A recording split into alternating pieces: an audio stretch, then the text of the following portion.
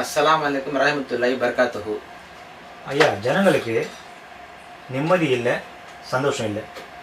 எங்கே போனால் நிம்மதி கிடைக்கும் ஐயா? கோவிலுக்கு போங்க, தர்காவுக்கு போங்க. தர்காவுக்கு போனால் நிம்மதி கிடைச்சிருமா ஐயா? நம்பிக்கை இல்லாத கேள்வி கேட்குறீங்களே, நம்பிக்கை தானே வாழ்க்கை. நம்பி போனால் எங்கேயுமே கிடைக்கும். பள்ளிவாசலுக்கு போகிறீங்க, இறைவனாண்ட ஒரு வாட்டி தொழுதுட்டு இறைவா நான் கேட்டதில் கொடுந்தா இறைவன் கொடுப்பாரா? டெய்லி போகணும், டெய்லி தொழுகணும். தொழுக தொழுக இறைவன் மனசு இறங்கி என்ன பண்ணுவார்னா டெய்லி என்னை நாடி வரான். இவன் என்னான்னு கேட்குறான், இன்னைக்கு கொடுத்துடணும். கிள்ளி கொடுக்க மாட்டார், அள்ளி கொடுத்துருவாரு. கோயிலுக்கு ஒரு வாட்டி போய் கும்பிட்டா சாமி எதனா கொடுத்துருமா? கொடுக்காது. வெள்ளிக்கிழமை வாரம் வாரம் போகணும். போனால் சாமி மனசு இறங்கும், சாமி கேட்டது கொடுப்பாரு. தர்காவுக்கு போய் நீங்கள் ஒரு வாட்டி பாத்தியம் ஊற்றிட்டு வந்துட்டா பாபா கொடுப்பாரா? கொடுக்க மாட்டார். வாரம் வாரம் போனோம், போனால் கொடுப்பாரு.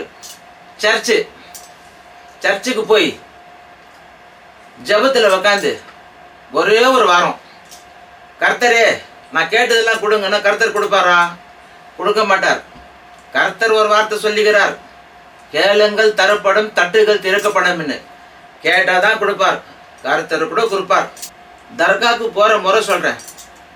ஊதுவத்தி கட்டு ஒன்று வாங்கிக்கோங்க. இந்த ஊதுவத்தி கட்டு பிரித்து ஊதுவத்தி கொளுத்திட்டு தர்கா உள்ள போங்க.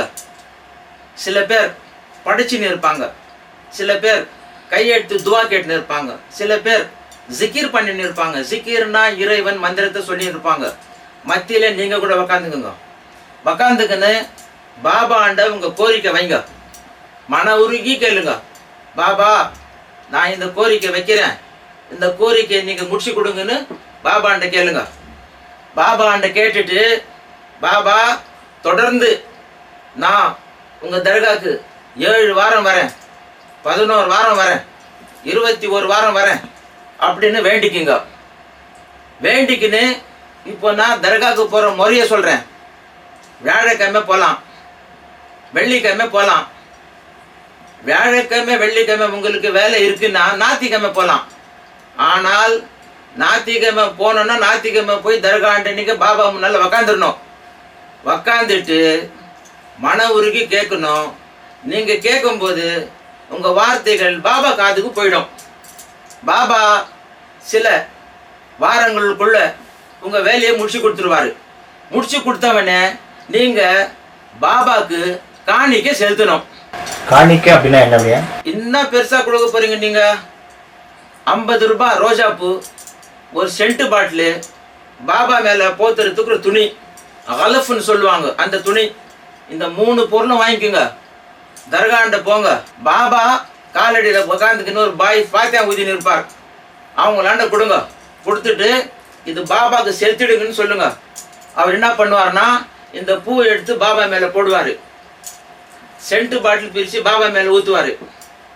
இந்த போர்வையை எடுத்து பாபா மேலே போடுவார். நீங்கள் நின்று என் வேலைங்க நீங்கள் முடிச்சு கொடுத்தீங்க, அதுக்காக நான் என்னால் முடிஞ்ச காணிக்கை நான் கொடுத்துக்கிறேன், மனசார ஏற்றுக்கங்க பாபா அப்படின்னு சொல்லிட்டு நீங்கள் வீட்டுக்கு வந்துடுங்க. தர்காவுக்கு போகிறதுக்கு உங்களுக்கு நான் பரிகாரம் சொல்லிக்கிறேன். எப்படி போகணும், எப்படி உக்காரணும், என்ன செய்யணும்னு சொல்லிக்கிறேன். செய்யுங்க, நல்லதே நடக்கும். எனக்கு ஜனம் நல்லா இருக்கணும். நான் உங்கள் ஜின் பாபா. ரொம்ப நன்றி ஐயா.